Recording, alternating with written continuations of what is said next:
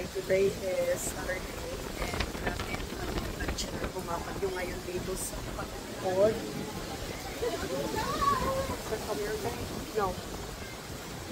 And we are about to go sa lighthouse. Ayan. Bagyo and we are not even supposed to be up there. Pero pinayagan nila kami.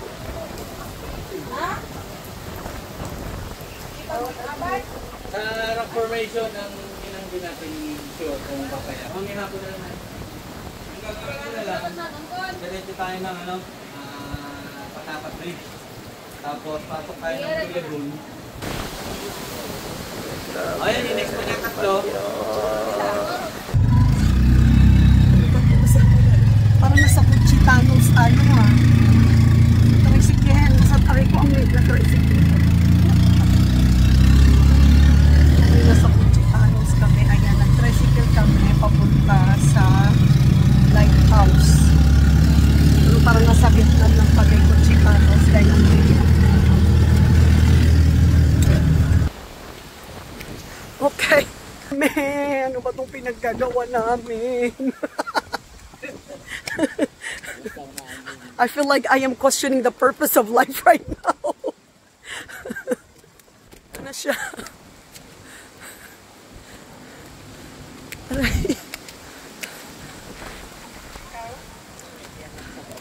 Ay, grabe. Ito talaga ang experience na hindi namin makakalimutan. Aray. Ko. Umulan, bumagyo, pinanindigan. Ito. Nagbayad eh. Yes. Itong Thank you po. Oh my gosh. Parang kini-question ko ang mga nagiging decision ko nowadays.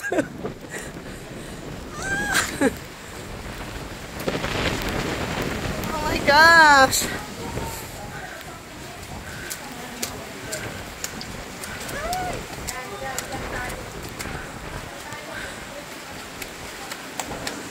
OMG.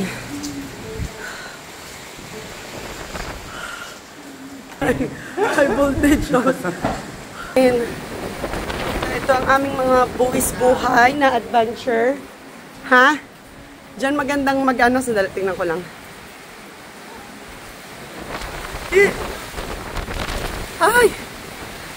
Ito po ang aming buwis buhay na adventure.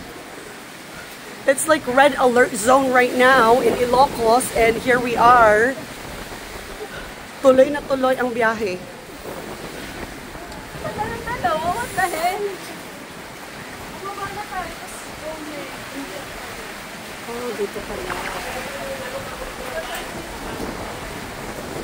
Malakas ang alon dito.